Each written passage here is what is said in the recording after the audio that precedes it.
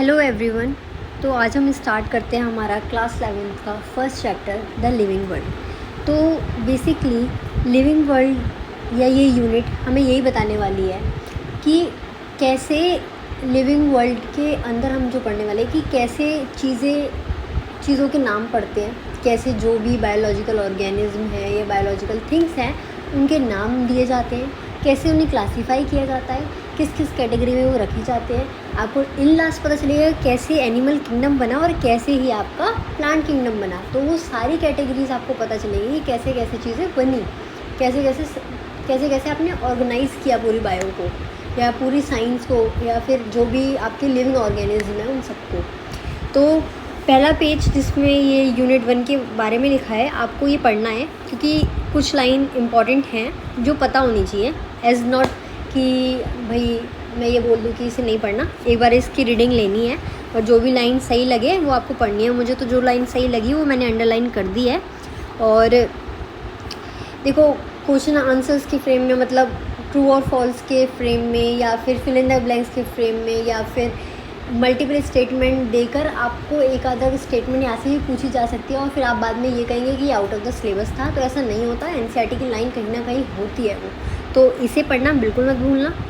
ये आपको पढ़ना है कि biology is the science of life form and living process. The living world comprise an amazing diversity of living organisms. ये सारा वही वाली बात है कि अच्छी अच्छी चीज़ें हैं, बड़ी हैं, छोटी हैं, सुंदर हैं, कैसे आप जिस चीज़ को देख रहे हो वो अंदर से काम कर रही है या फिर कैसे आपने क्लासीफाई किया है, क्या क्या हो सकता है, वो सारी चीज़ें। तो इसकी रीडिंग आप खुद लेंगे।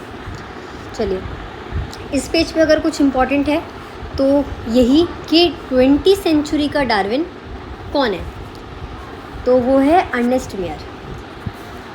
तो फिर डार्विन कौन सी सेंचुरी का था? 19th सेंचुरी में आपके डार्विन भैया थे, ठीक है। ये बात आपको याद रखनी है, जिन्होंने कॉन्सेप्ट ऑफ ओरिजिन दिया था। और जो आपके ये अर्नेस्ट मेयर है, इन्होंने दिया था बायोलॉजिकल कॉन्सेप्ट ऑफ स्पीसीज। तो दोनों के काम बहुत अलग हैं, आपको पता होने चाहिए, ठीक है। अब हम बात करते हैं, अपने चैप्टर स्टार्ट करते हैं।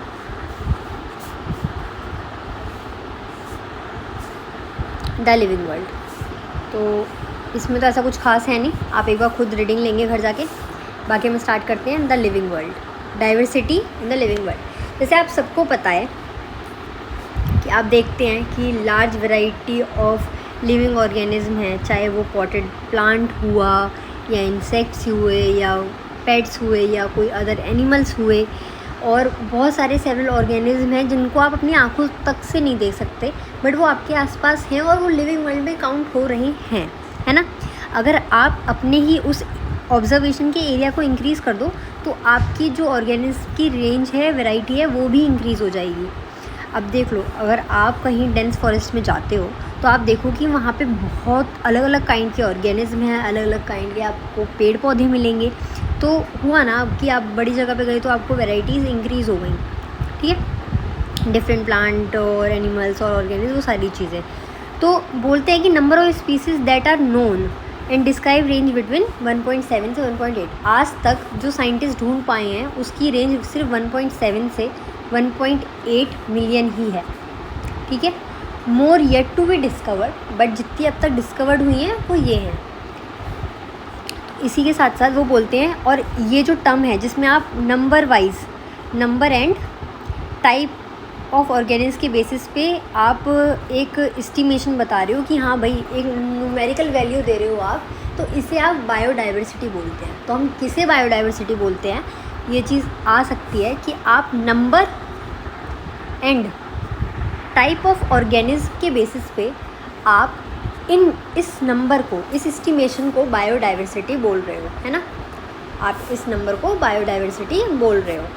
तो ये चीज़ याद रखनी है आपको, ठीक है। चलो आगे बढ़ते हैं।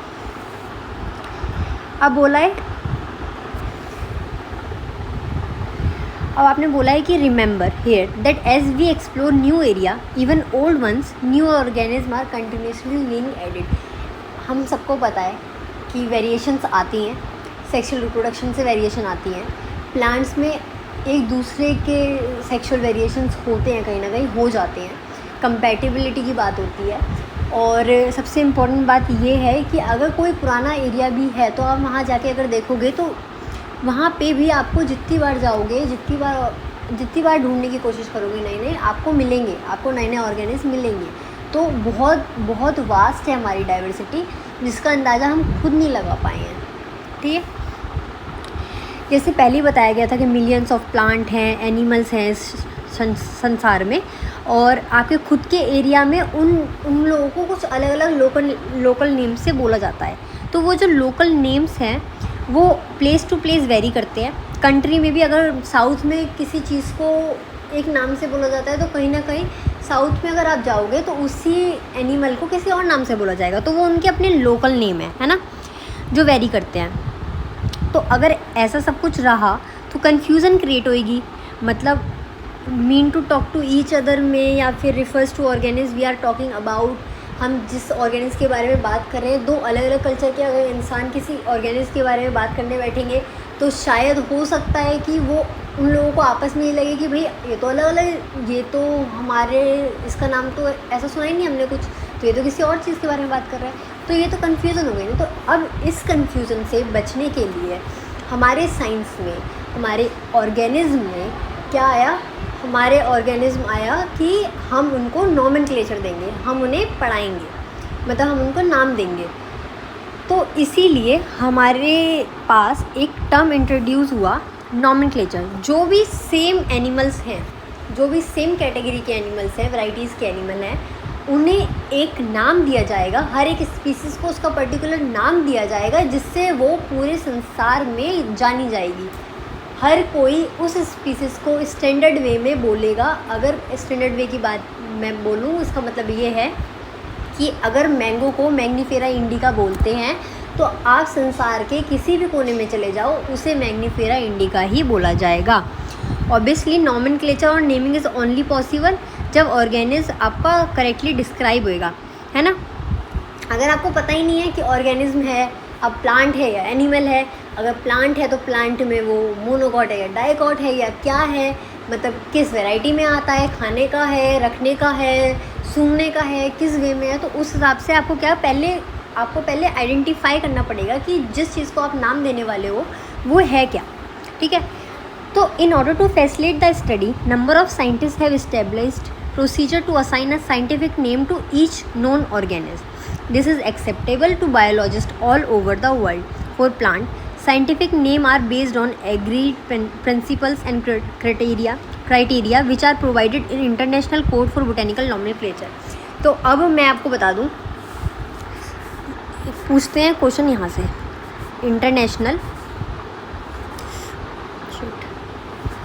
International code for botanical nomenclature. तो ICBN की फुल फॉर्म क्या है, international code for botanical nomenclature, और ICZN क्या है, इंटरनेशनल कोड ऑफ नॉमेनक्लेचर। तो है कि फिर भी ध्यान में रखना है यहाँ पे कि देखो मैं बताती हूँ क्या, आप लोगों के ध्यान में तो नहीं गया होगा अभी तक, इसे पढ़ो ICBN को, इंटरनेशनल कोड 4 है ना, क्या है ये 4 बोटेनिकल नॉमेनक्लेचर, और यहाँ क्या है इंटरनेशनल कोड ऑफ। हाँ इतना ज़्यादा मायने नहीं रखता, बट भाई ये बाद में बहस क्यों करें, हमें अगर हम NCERT पढ़ रहे हैं तो हम ध्यान से पढ़ेंगे। ठीक है, अब बात आती है scientific name ensure that each organism has only one name. Description of any organism should enable the people. कोई भी देश में चले जाएं वो आपको वही सेम नाम मिलेगा। तो मैं आपको ये चीज़ पहले एक्सप्लेन कर चुकी हूँ। They also ensure that such name not been use for any other organism. किसी और ऑर्गेनिज्म के लिए ये नाम यूज़ ना हो, वो इसे भी इंश्योर करते हैं। इसीलिए हर किसी का नाम अलग अलग पड़ता है, डिफरेंट नेम है सबके। हो सकता है अगर सबका जीनस सेम हो तो स्पीसीज़ वाला जो नाम है वो अलग होएगा ही होएगा। मतलब आप किसी दो ऑर्गेनिज्म को सेम नाम नहीं दे सकते। ठीक है, इन्होंने इस चीज़ का बिल्कुल ध्यान रखा है नेमिंग देते हुए। अब बात करते हैं, अब जैसे हमें पता है कि यूनिवर्सली एक्सेप्टेड प्रिंसिपल है ये नाम देने वाला, तो बायोलॉजिस्ट ने भी एक्सेप्ट किया है। तो क्या हुआ कि इन्होंने ना बायोनॉमियल नॉमेनक्लेचर के हिसाब से सिस्टम सेट किया, जिसमें क्या होता है मैं आपको बताती हूँ, वेट।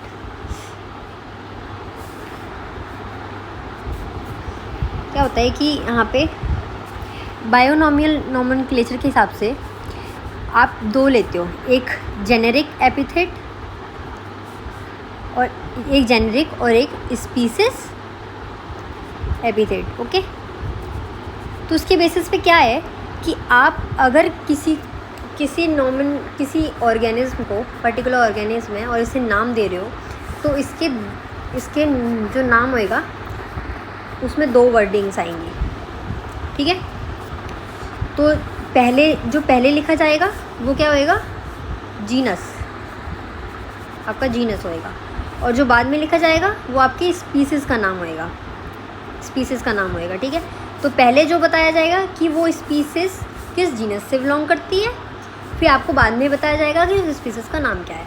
अब कभी कभी क्या होता है कि अगर जीनस का जो पहला वर्ड होएगा वो कैपिटल लेटर में होएगा, उसके बाद सारा स्मॉल होएगा। ठीक है, तो मैं आपको बताऊं कि ये जो जीनस, जैसे मैंने मान लो, अब मैं तुम्हें एक एग्जांपल देती हूँ। सपोज मैंने ये बनाया, दिस इज़ मैंगो। ओके, बहुत और थोड़ा मैंगो बना है ये उसकी शेप अब शायद कुछ मैच करता है, व्हाटएवर, हमारा काम पढ़ना है। So what is this, English language में हमने इसे बोला मैंगो, है ना, ये मैंगो है, एवरीवन नो दिस। बट अगर मैं इसे बोलूँ कि इसे साइंटिफिक नेम में लिख, मेजॉरिटी को पता होगा कि ये मैग्नीफेरा इंडिका है ना। तो जो मैग्नीफेरा है, जो आपका मैगीफेरा है, मैग्नीफेरा बोलती हूँ मैं इसे, पता नहीं मुझे ऐसे याद क्यों रह गया ये, मैग्नीफेरा एंड इंडिका। ओके, सो अब एक चीज़ देखो आप लोग, मैं आपको बोल रही हूँ कि ये है इस मैंगो का जीनस। तो कोई भी मैंगो वैरायटी हो, अगर मैंगो है तो उसका जीनस मैग्नीफेरा है, स्पीसीज डिफरेंट है तो वो इंडिका है ना। तो मैंगो जो है वो उसका जीनस मैग्नीफेरा है, और ये जो मैंगो दिख रहा है इसकी जो स्पीसीज़ है मैंगो जो बोलते हैं मैंगो को, वो है इंडिका। अब आप लोग एक चीज़ नोटिस कर रहे होंगे कि अगर मैंने यहाँ पे स्पेस दिया है तो मैंने इसको कैपिटल से क्यों नहीं स्टार्ट करा। तो इस नॉमेनक्लेचर के रूल्स के अकॉर्डिंग आपका क्या है कि आपको ना सिर्फ पहला वाला जो आपका जीनस है, जीनस का फर्स्ट लेटर आपका कैपिटल होना चाहिए, बाकी सब स्मॉल होएगा। और कभी कभी हम एब्रीवेटेड फॉर्म में ना इस नाम के आगे जो साइंटिस्ट ने डिस्कवर करा होता है उसको लिख देते हैं, है ना। पूरा नाम नहीं उसको एब्रीवेटेड फॉर्म में। तो मैं आपको इसके रूल बताऊं कि इसका रूल है कि पहली बात तो इसे लैटिन में लिखोगे आप, है ना। अगर लैटिन में लिखो, मतलब लैटिन में होना चाहिए। अगर लिख रहे हो, अगर इसे टाइप कर रहे हो तो उसे इटैलिक फॉर्म में टाइप करो, है ना। अगर वो नहीं है, लैटिन ओरिजिन उसका नहीं है, तब भी आप उसे लैटिनाइज करोगे या ड्राइव करोगे फ्रॉम लैटिन से, irrespective of their origin. Okay, तो जो भी पहला वर्ड होता है, first word in the biological name, आप उसे रिप्रेजेंट करोगे, जीनस रिप्रेजेंट करता है, और सेकंड कंपोनेंट जो है वो डिनोट करता है स्पीसीज स्पेसिफिक एपिथेट। ओके, अब जो आपके वर्ड्स हैं, बायोलॉजिकल नेम है, अगर उन्हें आप हाथ से लिख रहे हो तो उन्हें सेपरेटली अंडरलाइन करोगे, जैसे मैंने करे हैं, देखो, है ना, जैसे मैंने करे हैं ऐसे। ओके, और अगर प्रिंट कर रहे हो तो आप इटैलिक फॉर्म में, वो थोड़ा टेढ़ा करके लिखते हैं ना कभी कभी ऐसे करके, तो वो वाली चीज़ है। अब मैं आपको बताऊं, अगर जो उसका फर्स्ट वर्ड है वो जीनस डिनोट करता है, वो कैपिटल लेटर से होना चाहिए, है ना। और जो आपकी बाकी सारा कंटिन्यूसली होएगा स्मॉल लेटर से, जैसे कि हमने देख लिया है एग्जांपल मैग्नीफेरा इंडिका का। अब हम अपना चैप्टर आगे कंटिन्यू करते हैं। इसमें जो भी लिखा है अब आप इसे पढ़ना, ये वही सारी बातें हैं जो मैंने बोली हैं। ओके, सारा मैंने एक्सप्लेन कर दिया है, और लाइंस का ध्यान रखते हुए जो भी लाइन इंपॉर्टेंट लगेगी आपको वो आप अपनी करोगे। और ये लाइनें ये सारी ही इम्पॉर्टेंट होती हैं, कहीं ना कहीं क्वेश्चन फ्रेम होते हैं। जैसे आपसे पूछ लिया जाएगा बायोनोमेनक्लेचर में दो कंपोनेंट कौन कौन से होते हैं, तो आपको पता होना चाहिए जेनेरिक नेम, स्पेसिफिक एपिथेट होने चाहिए। ठीक है, कि ये किसने दिया था, सबसे इम्पॉर्टेंट कि आपका ये नोमेनक्लेचर दिया किसने, कार्लस लिनेइस ने। वेरी इंपॉर्टेंट क्वेश्चन जो कि ऑल ओवर द वर्ल्ड चलता है। आपका ये क्या है, ऑल ओवर द वर्ल्ड चल रहा है। नेमिंग सिस्टम 2 वर्ड्स फॉर्मेट है, मैग्नीफेरा इंडिका का इन्होंने बनाकर दिखाया है। ये कुछ रूल्स हैं, इन रूल्स पे क्वेश्चन आ जाता है, तो ये रूल्स याद होने चाहिए कि कैसे हैं ये रूल्स। ओके, हम बढ़ते हैं। अब since it is nearly impossible कि हम सारे ऑर्गेनिज्म को पढ़ पाएँ, इसीलिए एक नेसेसरी डिवाइस हमें चाहिए, जो कि जिसे हम बोलते हैं classification. Classification is the process by which anything is grouped into convenient category based on some easily observable character. अब ऐसे हम हर किसी को पढ़ पाएँ तो ज़रूरी नहीं है, तो जो भी एक जैसे से हैं, जो भी हमें जिनके कैरेक्टर एक जैसे से लगते हैं, हम उन्हें एक अलग कैटेगरी में डाल दें, तो यही होता है क्लासिफिकेशन। ठीक है, इसके बाद जैसे इन्होंने बात करी है कि भाई अगर मैं डॉग का नाम लूँ तो आपके दिमाग में डॉग ही आएगा, अगर मैं मैमल्स का बात करूँ तो आपके नज़र में मैमल्स आएंगे, वीट की बात करूँ तो वीट आएगा, राइस की बात करूँ तो राइस, प्लांट की बात में तो आपको ट्री दिखाई देगा एक। तो इससे पता चलता है कि कोई भी कैटेगरी हो सकती है, वो कैटेगरी छोटी लेवल पे भी हो सकती है, जैसे कि डॉग, कैट, ये सारे आते किस में है, मैमल्स में। मैमल्स किस में आते हैं, एनिमल किंगडम में। तो कैटेगरी कोई सी भी हो सकती है। ठीक है, तो वही वाली बात है, आपका साइंटिफिक टर्म है for these categories is taxa. आप टेक्सा किसी को भी बोल सकते हो, किसी को भी। ऐसा नहीं है कि आप सिर्फ प्लांट को टेक्सा बोलोगे। अगर आप प्लांट, राइस का भी प्लांट ही होता है, आप राइस को भी अलग टेक्सा बोल सकते हो, वो अपना एक डिफरेंट कैटेगरी है, इसलिए वो भी एक टेक्सा है। Okay, so you all know dog is a mammal and mammals are animal, therefore animal, mammal, dog represent taxa at different level, जो मैं already आपको बता चुकी हूँ, है ना। Based on characteristic, all living organisms can be classified into different taxa. The process of classification is taxonomy. तो एक तो देखो बच्चों, सबसे इम्पोर्टेंट बात कि मैंने ये जो एक तो ये क्लासिफिकेशन क्या है, by process anything is group into category based on some easily observable character. यहाँ से क्वेश्चन ट्रू एंड फॉल्स के फॉर्म में या फिर फिल इन द ब्लैंक्स के फॉर्म में बन सकता है ना, टेक्सा के बेसिस पे। और तो यहाँ से कहीं क्वेश्चंस बनने का सवाल नहीं है। जैसे आपसे पूछ सकता है कि एनिमल, मैमल, डॉग्स टेक्सा है सेम लेवल पे या डिफरेंट लेवल पे, तो आपको क्या पता होना चाहिए कि यहाँ पे भाई ये डिफरेंट लिखा हुआ है।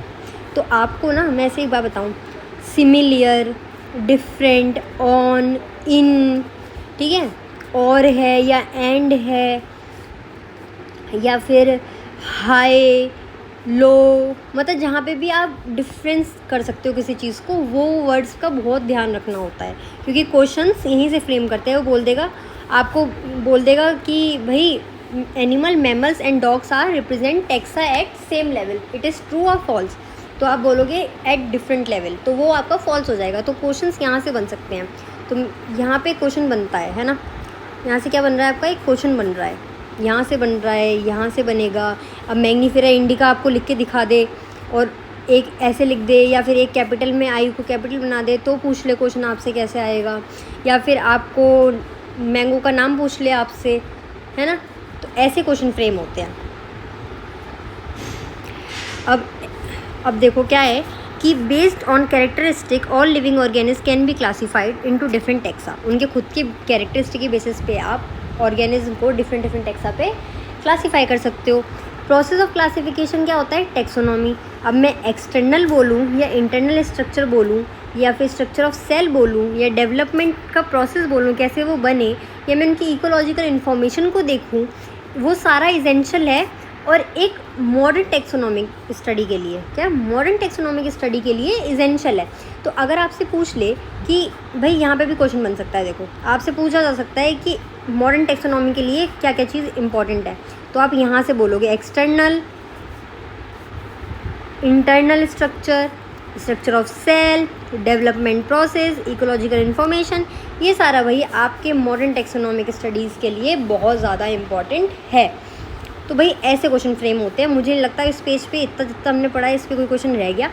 फ़िलहाल मैं तो पढ़ ही रही हूँ आपके साथ इसे बहुत अच्छे से, और मैं क्वेश्चन भी फ्रेम करवा रही हूँ। आप जब खुद दोबारा पढ़ो तो आपको भी अंडरलाइन करके अपने खुद के नए क्वेश्चन फ्रेम करने हैं। और जो जिसको भी एक अच्छा क्वेश्चन फ्रेम करने आए या मिले, आप मुझे वो कमेंट सेक्शन में ज़रूर बताएं कि आपने कहाँ एक अच्छा क्वेश्चन ढूंढा।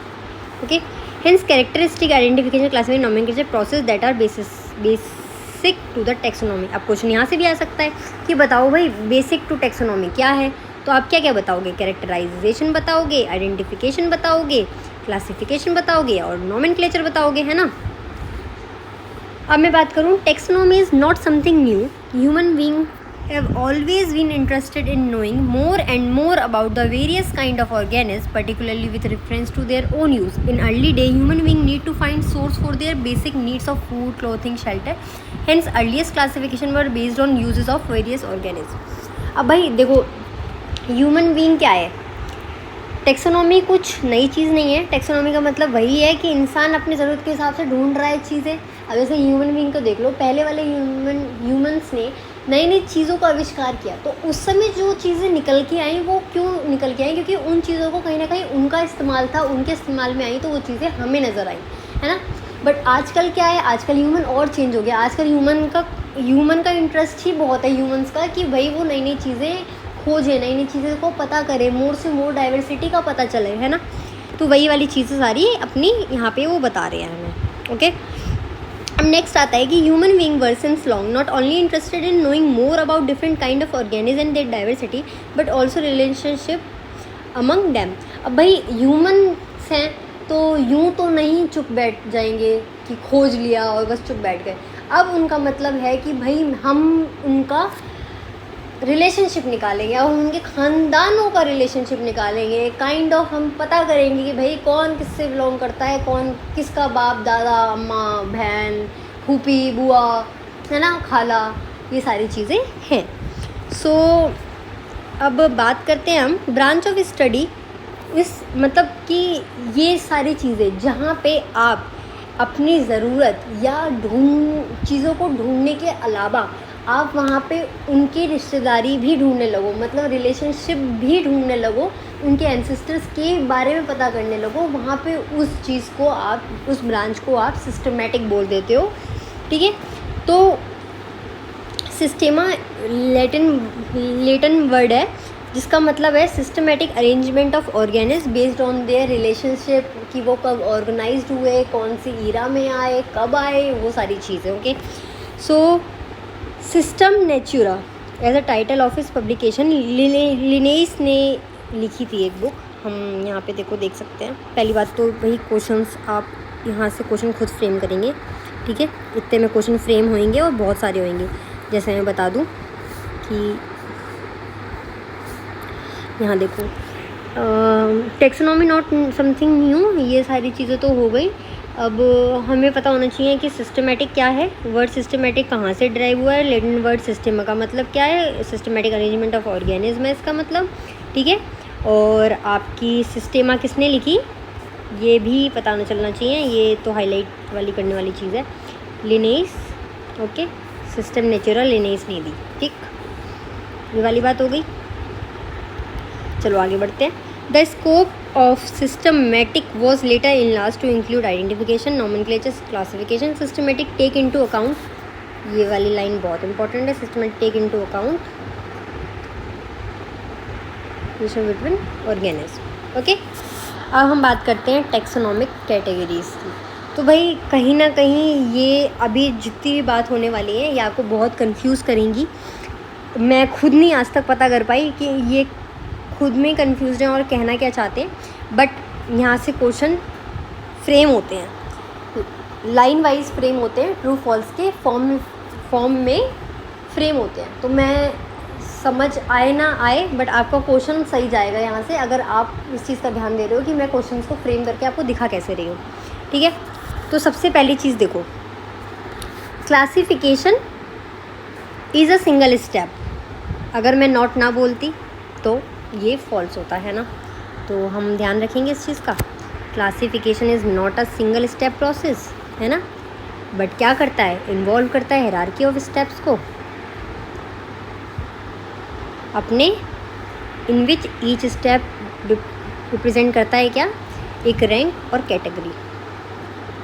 अब बोल रहे क्योंकि कैटेगरी पार्ट है एक ओवरऑल टेक्सोनॉमिक अरेंजमेंट का, इसीलिए हम इसे टेक्सोनॉमिक कैटेगरी बोल देंगे, है ना। ओके, और जो भी सारी कैटेगरी हैं उन सारी कैटेगरीज को टेक्सोनॉमिक हायरार्की बोल देंगे, है ना, टेक्सोनॉमिक हायरार्की।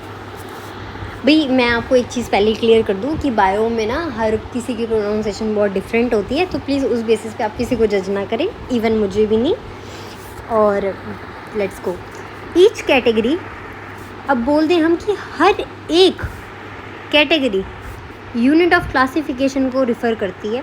इनफैक्ट एक जो रैंक है ना वो भी कॉमनली टर्म टेक्सोन, उसे टेक्सोन बोल सकते हो आप।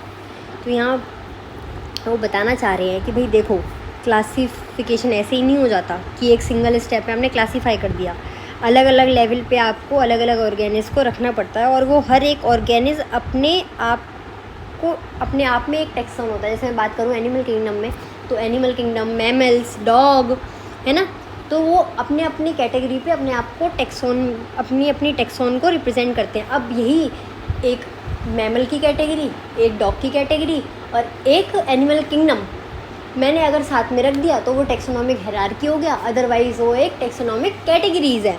तो यहाँ पे ये एक्सप्लेन कर रहे हैं वो, और ये फिर बता रहे हैं कि हर कोई अपने आप में एक यूनिट ऑफ क्लासिफिकेशन है, क्योंकि वो एक टेक्सोन को रिप्रेजेंट कर रहा है। अगर उस पूरी क्लासिफिकेशन में एक भी चीज़ मिस होती है, मैं कह दूँ कि एनिमल किंगडम में मैंने डायरेक्ट डॉग बोल दिया और मैंने मैमल टेक्सोन गायब कर दिया, तो वो कितना इंपॉर्टेंस रखता है, क्योंकि नहीं बता पाओगे आप, नहीं आपकी टेक्सोनॉमिक हायरार्की बन पाएगी ऐसे डायरेक्ट। तो ये यहाँ पे ये चीज़ वो एक्सप्लेन करना चाहते हैं, ठीक है।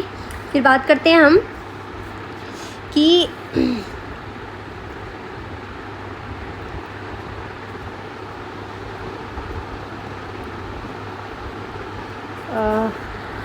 कहाँ पहुँच गए हम, यहाँ आप पढ़े यहाँ पे, इसको इतना पढ़े। और फिर यहाँ पे आ जाती है हमारी ग्रुप भी कैटेगरी रिप्रेजेंट करता है। कैटेगरी फर्दर डिनोट करता है रैंक को, एक रैंक या टेक्सोन रिप्रेजेंट करता है यूनिट ऑफ क्लासिफिकेशन को। मैं आपको इस चीज़ समझा चुकी हूँ, है ना, कि हर कोई अपने अपने लेवल पे उस टेक्सोन को रिप्रेजेंट करता है, जिसे रैंक बोलते हैं। फिर वो सारी रैंक को अगर एक जगह रख लो तो कैटेगरी बन जाएगी, अब सारी कैटेगरीज़ को एक जगह रख लो तो हायरार्की बन जाएगी, ठीक। यही एक्सप्लेन करना चाह रहे हैं वो लोग। Taxonomical study of all known organisms have to lead to the development of common categories such as kingdom, phylum, division। वही मैं समझाना चाह रही हूँ कि हर एक टेक्सोनॉमिक स्टडीज़ को, उनकी कैटेगरीज़ को अरेंज करते करते करते करते आप एक किंगडम बना सकते हो पूरा। तो वही वाली बात आ गई है। All organism include those in the plant and animal kingdom have species lowest category and that's all the basic requirement knowledge character individual of group this help identify similarity dissimilarity. तो आप इसकी रीडिंग मारेंगे और question frame करेंगे, कोई सा बनता है। मैंने आपको बता दिया कि क्वेश्चन और कहाँ से बन सकता है, ठीक है। और भाई देखो मैं बताऊँ कहाँ से क्वेश्चन आता ही आता है। These taxonomic group categories are distinct biological entity not merely morphological aggregates. Note पे खेल जाएंगे आपके साथ, तो ध्यान रखें कि क्वेश्चन बनते हैं तो लाइंस याद रहनी चाहिए, इंपॉर्टेंट कहाँ पे नोट लगा है, कहाँ पे नोट नहीं लगा है, इसका ध्यान आपको खुद देना है, ओके। तो यही है बायो पढ़ने का तरीका, और यही है 360 आउट ऑफ 360 लाने का भी तरीका, कि आपको भाई इनके नोट के साथ भी खेलना पड़ेगा। ये नोट ऑन इन किसी चीज़ के भी साथ खेल सकते हैं, तो आपको इन्हें खेलने नहीं देना, आपको भी इससे अच्छी तैयारी करके रखनी है। आपको भी पता चलना चाहिए, आपको भी पता होना चाहिए कहाँ पे नोट है कहाँ पे नहीं है। सिर्फ इनके कह देने से आप विश्वास नहीं मान लेंगे, है ना, मतलब कि जब ये क्वेश्चन फ्रेम करेंगे बेसिकली। अब टेक्सोनॉमिकल ये वाली बात हो गई हमारी, अब हम स्पीसीज़ पे आते हैं। तो बच्चों देखो मैं इसे एक्सप्लेन कर रही हूँ, आप इसकी रीडिंग खुद मानना। इतने कुछ खास क्वेश्चन ऐसे लाइन वाइज तो नहीं बनने वाला, बट जहाँ बनेगा मैं बता दूँगी, है ना। तो अब बात करते हैं group of individual organism with fundamental similarities as a species. हम टेक्सोनॉमिक स्टडी बनाते हैं जहाँ पे जो भी इंडिविजुअल ऑर्गेनिज्म एक जैसा लग रहा है, जिसकी फंडामेंटल सिमिलैरिटीज़ है, सारे कुत्ते, सारे मैंगो, सारे कैट, सारे लॉयन, सारे टाइगर, तो ये सारे क्या हैं, ये सारे स्पीसीज़ है ना। और one should be able to distinguish one species from other closely related species based on the distinct morphological differences. अब भाई जीनस को तो छोड़ दो, दो अलग अलग स्पीसीज़ को आप कैसे भी पहचान सकते हो, है ना। डॉग और कैट में आप एकदम से अंतर बता दो, चलो ठीक है। कैट और लॉयन तो कैट फैमिली में आते हैं, स्टिल आप कैट और लॉयन को अलग डिफ्रेंशिएट कर सकते हो ना, कि भाई ये लॉयन है ये कैट है। तो हर एक स्पीसीज़ आप एक दूसरे में बहुत अलग है ना। और मैं खुद कहती हूँ कि इवन स्पीसीज़ में देख लो, जब तक आपका क्लोन नहीं बनता तब तक आप खुद आपस में स्पीसीज़ भी बहुत डिफरेंट होते हैं, कोई सेम स्पीसीज़ नहीं होती अनटिल और अनलेस जाइगोटिक ट्विंस ना होए, है ना। वो आपस में सेम होते हैं कहीं ना कहीं, फिर भी उनके भी फिंगरप्रिंट तो डिफरेंट होते हैं, है ना। डीएनए कंटेंट कहीं ना कहीं 1% तो डिफरेंट होता ही है। तो कोई भी स्पीसीज़ आपस में भी सिमिलर नहीं है अनटिल और अनलेस उस स्पीसीज़ का क्लोन ना बने। तो ये बात आपको याद रखनी है। अब में से हम बात करते हैं, यहाँ पे बोला है कि डिस्टिंक्ट मॉर्फोलॉजिकल डिफरेंसेस कहीं ना कहीं आ जाते हैं, इस वजह से वो स्पीसीज़ डिफरेंट हो जाती है दूसरी की। तो अगर कोई पूछ ले तो यहाँ मॉर्फोलॉजिकल डिफरेंस ये लाइन लिख के कि one should be able to distinguish one species, कहाँ है ये, ओहो ये बात भाई देखो, अब बोल दे कि one should be able to distinguish one species from other closely related species based on distinct morphological differences. तो भाई मैं बता दूँ, ये मॉर्फोलॉजिकल डिफरेंसेस की जगह कुछ और लिख के खेल जाएंगे आपके साथ, तो आपको ध्यान रखनी है इस लाइन को, है ना। इस लाइन ऐसे लाइनें याद रखनी है। अब जैसे आपसे पूछ ले कि जैसे आपको पता होना चाहिए सोलेनम टुब्रिसोरम पोटैटो होता है, पेंथिरोलियोलॉयन होता है ना। पेंथोरो टिग्रिस टाइगर होता है, पेंथेरो पैराडस लेपर्ड होता है। तो ऐसे आपको याद रखनी है, आगे आएंगी, चिंता करने की ज़रूरत नहीं है। अब जैसे आप मैं बात करूँ, ये बोलते हैं कि each genus may have one or more than one specific epithet representing different organisms but having morphological similarities. तो ये लाइन भी याद रखनी है आपको। मतलब समझ आया या इसका? बोल रहे हैं कि ईच जीनस, हर एक जीनस की बहुत सारी डिफरेंट स्पीसीज़ हो सकती हैं, ज़रूरी नहीं है एक जीनस की एक ही स्पीसीज़ हुई है। अब जैसे तुम जीनस पेंथ्योरा ले लो, उसकी स्पीसीज़ 3 अलग दिखाई दे रही है ना हमें, lion, tiger, leopard, but genus क्या है? Panthera, panthera leo, panthera tigris, panthera pardus leopard, है ना। तो ये चीज़ें दिखाई दे रही हैं हमें कि भाई जीनस एक है बट स्पीसीज़ डिफरेंट हो सकती है, क्योंकि मॉर्फोलॉजिकल सिमिलैरिटीज़ और डिससिमिलैरिटीज़ की बेसिस से आप बना देते हो, है ना। जैसे आगे फिर उन्होंने एक्सप्लेन किया है कि भाई सोलेनम में निग्रम भी आता है और मेलोगिना भी आता है। निग्रम का मतलब मकोई है और मेलोगिना का मतलब ब्रिंजल है। मैं आपको बता देती हूँ, निग्रम का मतलब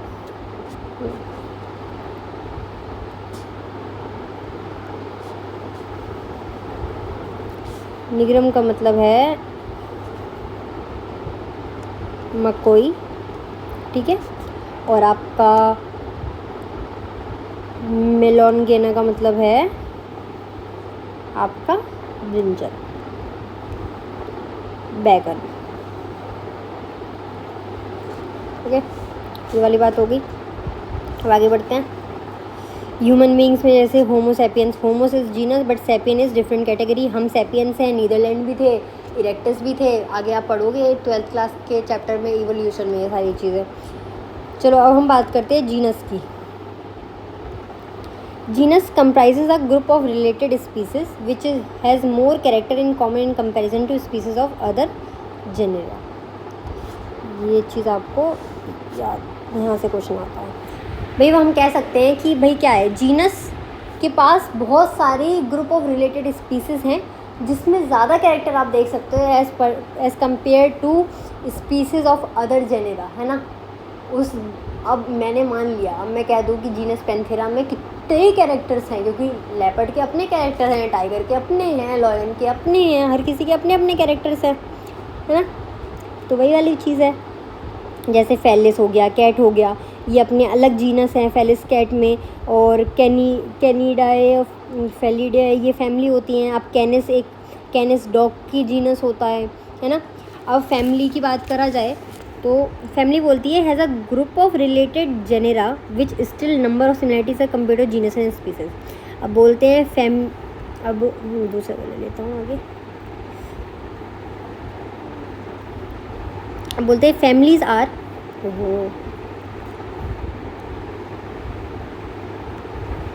भाई families are character on the basis of both vegetative reproductive feature of plant species. अब प्लांट स्पीसीज में अगर बात चले तो आपको पता होना चाहिए क्या बोला है उसने, वेजिटेटिव एंड रिप्रोडक्टिव फीचर्स। तो यहाँ से क्वेश्चन फ्रेम होएगा, है ना। Among plant for example 3 different genera solanum, petunia and datura are placed in family solanaceae. अब मैं बात करती हूँ फैमिली उसकी। तो भाई एक चीज़ देखो, मुझे एक बात बताओ, मैं बात कर रही हूँ फैमिली सोलेनेसिया की, है ना। इसमें 3 जीनस आते हैं हमारे। पहला सोलेनम, ओके। मैं इसको बोलूँ तो हमारा जीनस आएगा क्या, पेट्यूनिया।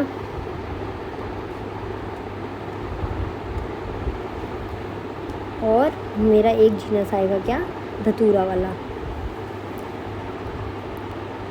अब भाई सॉरी फॉर से मैंने सोलेनेसिया फैमिली के जो जीनस है वो याद करे हैं पैड से, तो आप ऐसे याद कर सकते हैं, है ना। बाकी आपको अगर अपना कुछ अलग बनाना है तो आप वो बना लीजिए, आपकी मर्जी है। देखो वो तो उसमें क्या ही बोल सकते हो। अब आगे पढ़ो, सोलेनम, पेट्यूनिया, धतूरिया सोलेनेसिया में आते हैं, ओके।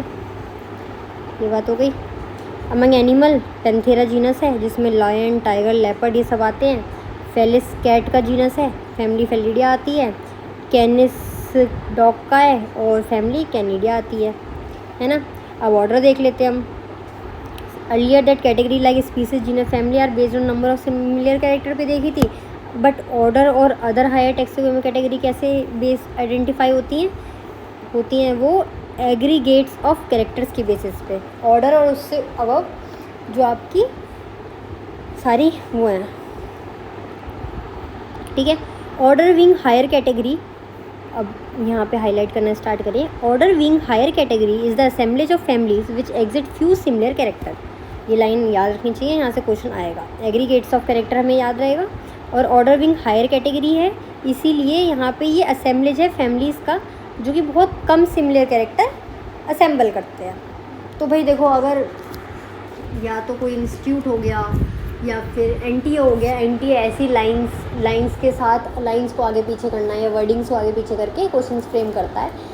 तो ये वाली चीज़ होती है भाई। मुझे तो यही चीज़ पता है और मैं ये आपको चीज़ यही सिखाना चाहती हूँ कि एनसीईआरटी पढ़ने का बेसिक तरीका यही है, आपको समझ आए, चीज़ें समझ आनी भी चाहिए, नो डाउट चैप्टर क्लियर होना चाहिए, चैप्टर को समझ आना चाहिए कि चैप्टर कहना क्या चाह रहा है, बट उसके साथ साथ आपको एनसीईआरटी की लाइंस भी पता होनी चाहिए, भाई कौन सी लाइन इंपॉर्टेंट है, कौन सी लाइन से क्वेश्चन बनता है ना। तो ये वाली बात होगी। अब तक हमने क्या बात कर ली, हमने बात करी कि भाई स्पीसीज़ आती है, फिर जीनस आ जाता है, और जीनस में बहुत सारे सिमिलर कैरेक्टर हो जाते हैं क्योंकि बहुत सारी स्पीसीज़ इसमें आ जाती हैं जो इस जीनस में इंक्लूड होती हैं। अब वो बहुत सारे जीनस इंक्लूड करके, कॉमन जीनस इंक्लूड करके आप फैमिली दे देते हो।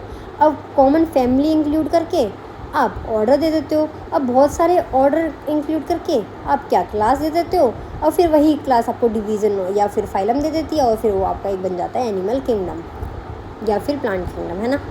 ये वाली बात है, बात तो यही है भाई, है ना। आगे बढ़े। Similar character are less in number as compare to different genera include in a family. अब ये लाइन भी देख लो। प्लांट फैमिलीज जैसे कॉन्वोलेनेसिया हो गई या फिर सोलेनेसिया हो गई, वो किस ऑर्डर में आती हैं, पॉलीमोनियल्स ऑर्डर में आती हैं। क्यों, फ्लोरल कैरेक्टर के बेसिस पे, है ना। अगर मैं बात करूँ कि भाई क्यों आती हैं, क्यों इंक्लूड करा है ऑर्डर, आपने ऑर्डर पॉलीमोनियल्स में कॉन्वोलेनेसिया या फिर सोलेनेसिया को, तो आप बताओगे, तो आप क्या बताओगे कि भाई देखो, जो आपका पॉलीमोनियल्स है ना, उसके फ्लोरल कैरेक्टर के बेसिस पे, फ्लोरल कैरेक्टर के बेसिस पे ये क्या है, तो या तो कोई पता होना चाहिए। ये है आपका ऑर्डर, ठीक है। उस ऑर्डर पे इसमें क्या 2 फैमिली इंक्लूड होती हैं। पहली कौन सी, कॉन्वल्वेशियाई, है ना, और दूसरी सोलेनेशियाई। अब मैं तुम्हें एक इंटरेस्टिंग चीज़ बताऊँ ये चीज़ नोटिस करोगे या फिर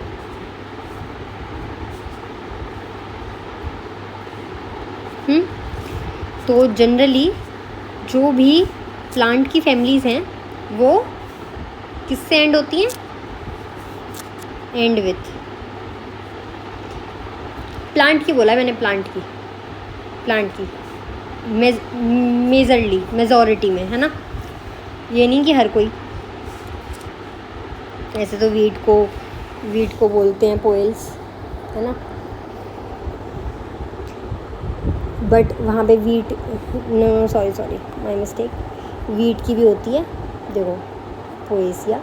और वहीं अगर आप पता करना चाहते हो क्या, ऑर्डर एंड होता है एल्स से। तो ये चीज़ें आपको पता है कब हेल्प करेंगी, जब आप, क्योंकि इस टेबल पे भाई मैं बता दूँ, इस टेबल पे भर के क्वेश्चन आते हैं। हर एक डब्बे से क्वेश्चन आ सकता है, हर एक डब्बे से, तो आपको पता होना चाहिए। तो मैंने इसीलिए बताया है कि एटलीस्ट फैमिलीज़ का तो वो हो जाएगा आपको कि भाई हाँ ये जो है ये फैमिली में आता है, ये ऑर्डर नहीं हो सकता, है ना, या ये ऑर्डर नहीं हो सकता क्योंकि ये फैमिली में आता है। तो जो भी आपका तरीका है, ये वाली बात हो गई। अब हम बात करते हैं किसकी,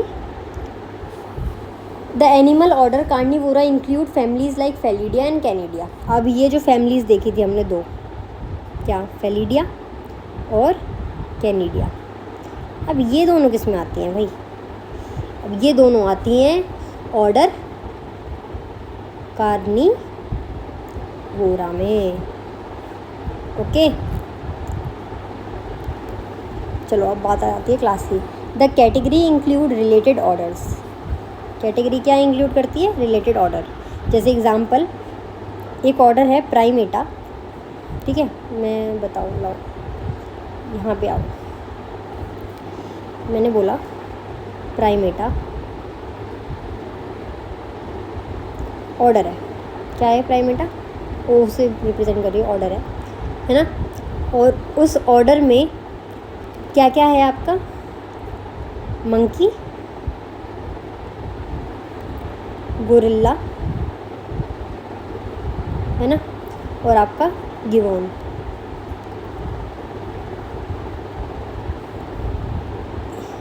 तो ये जो ऑर्डर है ना प्रीमेटा, और एक ऑर्डर है आपका प्लस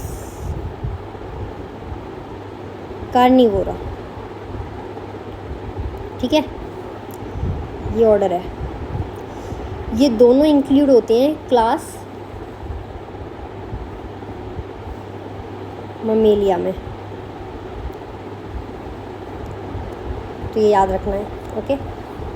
चाहे आप खुद अपनी नोट में, और ऐसा नहीं है कि क्लास ममेलिया सिर्फ यही 2 ऑर्डर्स को इंक्लूड करती है, उसके बहुत सारे और भी हैं, मैनी ऑर्डर्स, ओके। सो सिर्फ ये 2 ही ऑर्डर्स नहीं है उसके, कहीं सोचो कि बस भाई यही 2 ही ऑर्डर्स हैं, इन्हीं 2 में क्लास ममेलिया का काम ख़त्म, नहीं, बहुत सारे ऑर्डर हैं उसके पास, ओके। फिर वही फाइलम की बात आ जाती है। फाइलम क्या इंक्लूड करता है, जैसे क्लासेस कंबाइन एनिमल्स, जितने भी एनिमल्स हैं वो एक अलग कैटेगरी में डाल देंगे, मैमल्स के साथ मिला के, क्लास मैमल्स के साथ बाकी सारी क्लासेस मिला के आप फाइलम में डाल दो। तो जो एनिमल्स का होता है, ठीक है, जो एनिमल्स का है वो फाइलम है, और जो प्लांट्स का है वो डिवीज़न है। तो पीपी नहीं हो सकता, मतलब फाइलम प्लांट भी नहीं आ सकता, पीपी एक साथ नहीं रह सकते, है ना। ऐसे याद कर लेना, अगर कभी भूल जाओ, याद ना आए कि फाइलम एनिमल्स के लिए था कि प्लांट्स के लिए था, तो ऐसे आपको पता चल जाएगा कि पीपी साथ में नहीं है, ठीक है।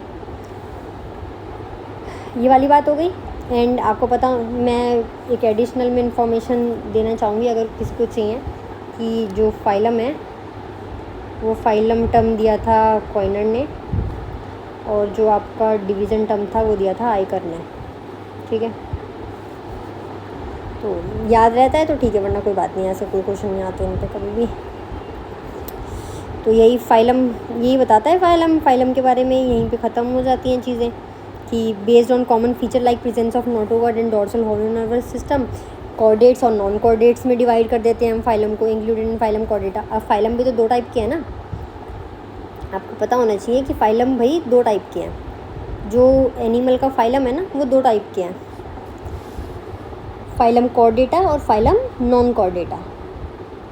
तो जो क्लासेस हैं fishes, amphibian, reptile, birds, mammals, ये सारी आपकी क्लासेस आती हैं कॉर्डेटा में। और आपकी ये जो पोरीफेरा, टीनोफेरा, कोलेंड्रेटा, एस्केलेमेंथिस, प्लेटीहेलमिन्थिस, इंसेक्टा, हेमिकॉर्डेटा, काइनोडर्मेटा या मोलस्का हो गया, तो ये सारे आपके नॉन कॉर्डेट फाइलम्स हैं। बट ये सारे दोनों फाइलम्स इंक्लूड होंगे अब आगे जाके किसमें, एनिमल किंगडम में, ओके। तो ये वाली चीज़ बताना चाह रहे हैं वो यहाँ पे। अब बात आ जाती है, ये आपकी स्पीसीज लेवल है, goes from lower to higher level, and यहाँ पे कॉमन कैरेक्टर्स ज़्यादा हैं स्पीसीज लेवल पे, और यहाँ पे लेस कॉमन कैरेक्टर, ओके, सीसी। तो अब बात करते हैं, all animals belonging to various phyla and assign to the highest category called animal kingdom animalia in the classification system of animals kingdom. प्लांटेक इसमें आता है, ये सारी आपको पढ़नी है, ये सारी, इसमें कोई इंपॉर्टेंट ऐसे लाइंस नहीं है। बट हाँ, यहाँ पे थोड़ा ध्यान देना, जैसे यहाँ पे बात करी हुई है जगह जगह, यहाँ पे जैसे ये बात की है ब्रॉड कैटेगरीज़ की बात की गई है या सब कैटेगरीज़ की बात की गई है, तो इन लाइंस का थोड़ा ध्यान देना, ये लाइंस कैसे साउंड कर रही हैं, हमें कैसे बताना चाह रही हैं, ठीक है। जैसे ये है taxonometry species to kingdom, ascending order है, तो यहाँ पे वो आपके साथ खेल जाएगा डिसेंडिंग लिख के। तो ऐसे क्वेश्चंस फ्रेम करने हैं खुद भी अब दोबारा पढ़ते हुए, जो भी मेरी नज़र में आए या जो भी मेरी नोटबुक में है वो मैंने आपको सब बताई दिए हैं, ओके। ऑलमोस्ट सारे ही मैंने करवा दिए हैं, सारा कुछ करवा दिया। अब हम लास्ट इस टेबल को देख लेते हैं। जैसे यहाँ पे बात है lower the taxa more the character, मतलब वही लोअर द टेक्सा मतलब species that the member with the taxon share, higher the category, greater is the difficult to determine the relationship to the other taxa at same level. तो ये भी lines है, ये याद रखना। इसका मतलब यही है कि लोअर कैटेगरी पे बहुत सारी सिमिलर स्पीसीज़ हैं, तो आप आपस में उनका पता लगा सकते हो।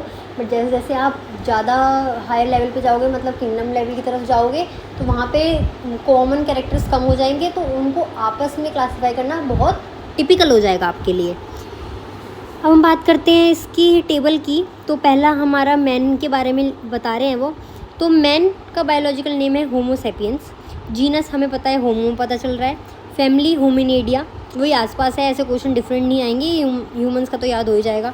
ऑर्डर प्राइमेटा, क्योंकि हम ही इसमें प्राइमेटा ऑर्डर में ही हम आते हैं, monkey, gorilla, gibbon and all. And class Mammalia हमें पता ही है, और फाइलम कॉर्डेटा, क्योंकि मैमल कॉर्डेटा फाइलम में आती है। अब हाउस फ्लाई इंसेक्ट में आती है, मैंने बताया है कि वो ऑर्थ्रोपोडा फाइलम में आते हैं ना, और सारे फाइलम उन्हें नॉन कॉर्डेट फाइलम भी बोलते हैं। और क्लास है इंसेक्टा, उसका फाइलम है ऑर्थ्रोपोडा, ऑर्डर है डिप्टेरा, फैमिली है मुस्केडिया, है ना। और ये याद कर सकते हो, ये पहली बात तो इन 2 के बेसिस पे आएगा क्वेश्चन, तो आप यहाँ पे भी देख सकते हो। फैमिली के लिए एडिया ईडिया याद कर रखा है इन्होंने, है ना, तो ऐसे फैमिली याद हो जाएंगी। होमो के लिए होमीडिया फैमिली याद होगी, मैन के लिए, हाउस फ्लाई के लिए बस मुस्केडिया ही रह गई। अब मैंगो, मुस्केडिया, ये सारी बात हो गई। अब प्राइमेटा ऑर्डर तुम्हें पता ही है उसके लिए, और डिप्टेरा रह ही गया, इंसेक्ट वही उसके लिए, मैमल वही है। आपको इसमें तो डिफरेंस ये याद हो जाएगा, अभी आगे आप जाके एनिमल किंगडम पढ़ोगे ना, तो ये टेबल और अच्छे से याद हो जाएगा। बट अभी मैं आपको एक बात बता दूँ, आपको 2-2 के पेयर में पढ़ना है, एनिमल अलग प्लांट अलग, मतलब मैन और हाउस फ्लाई एक साथ पढ़ो। तो हाउस फ्लाई सबको पता है इंसेक्ट है, और ऑर्थ्रोपोडा उसका फाइलम है, और हम जो हैं हम कॉर्डेटा में हैं, हम मैमल्स हैं, सबको पता है ये बात, तो कहीं ना कहीं ये चीज़ें याद हो जाएंगी आपको। अब ऐसे ही मैं बात करूँ मैंगो को बोलते हैं मैंगनीफेरा इंडिका, उसका जीनस मैंगनीफेरा है, फैमिली अनार्किडेशिया है, ऑर्डर सेपेंडल्स है, क्लास डाइकोटिलीडॉन है, एंजियोस्पर्मिया। डाइकोट मतलब 2 कॉटिलीडॉन्स होते हैं इनमें, ठीक है। और वीट है तुम्हारी ट्राइटिकम एस्टिवम, ट्रिटिकम जीनस है, पोएसिया फैमिली है, लास्ट में ए आता है, और ऑर्डर पोएल्स है, वही क्लास मोनोकॉट है, फाइलम डिवीज़न है। अब भाई मैं आपको एक इंटरेस्टिंग बात बताती हूँ कि लोगों को लगता है कि समरी पढ़ना ज़रूरी नहीं है, कि समरी से क्वेश्चन नहीं आते। तो मैं आपको बता दूँ कि समरी से भी क्वेश्चन आ जाते हैं, ठीक है।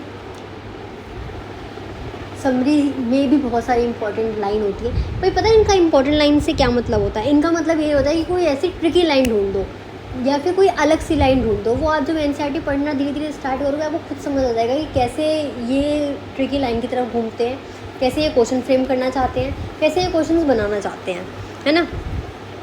जैसे मैंने जहाँ पे फ्यू वर्ड आ गया तो फ्यू और मोर के साथ खेलेंगे, लोअर हायर टेक्सा के साथ तो जैसे बात करेंगे वहाँ पे क्वेश्चंस को फ्रेम कर सकते हैं, उल्टा सीधा करके आपको दे सकते हैं। या फिर जैसे होता है ना बिकॉज, जहाँ पे मतलब बिकॉज नहीं लिखा होगा इनके क्वेश्चन में बट वो एक्सप्लेन कर रहा होगा। जैसे मैं बोल रही थी कि identify based on aggregates of character, order को कैसे पता करते हैं, तो यहाँ आ गया ना एग्रीगेट्स ऑफ कैरेक्टर, तो यहाँ पे क्वेश्चन फ्रेम बनाना वो चाहेंगे। ऐसे क्वेश्चन फ्रेम बनाने की कोशिश वो करते हैं और ऐसे आपको पता होना चाहिए कि कहाँ से क्वेश्चन कैसे कैसे बनते हैं। तो यही इंपॉर्टेंट चीज़ है।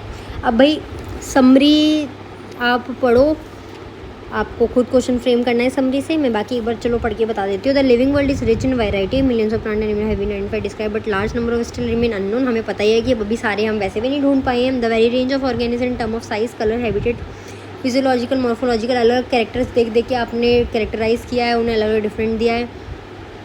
और हमने ये सब क्यों करा? ताकि हम ईज़िली पढ़ पाएँ सारी चीज़ें, हम उनके ईज़िली रूल्स बना पाएँ, प्रिंसिपल्स बना पाएँ, आइडेंटिफिकेशन के लिए, नॉमेनक्लेचर के लिए, क्लासिफिकेशन के लिए, ठीक है। Branch of knowledge dealing with the aspect referred to the taxonomy. अब ये सारी ब्रांच जो इस सब चीज़ों से डील कर रही है उसे टेक्सोनॉमी बोलते हैं। टेक्सोनॉमिक स्टडीज़ और various aspect of plant and animal are useful in agriculture, forestry, industry in general for knowing our bio resource and their diversity. अब देखो यहाँ पे उन्होंने क्या बोल दिया, टेक्सोनॉमिक स्टडी, ठीक है, और various species of plant animal useful है एग्रीकल्चर, फॉरेस्ट्री, इंडस्ट्री और general lowing bio resources and their diversity. तो यहाँ पे हमें दिखाई दे रहा है कि क्वेश्चन बन सकता है, पूछ सकते हैं कि भाई ये लाइन सही है या नहीं है ना।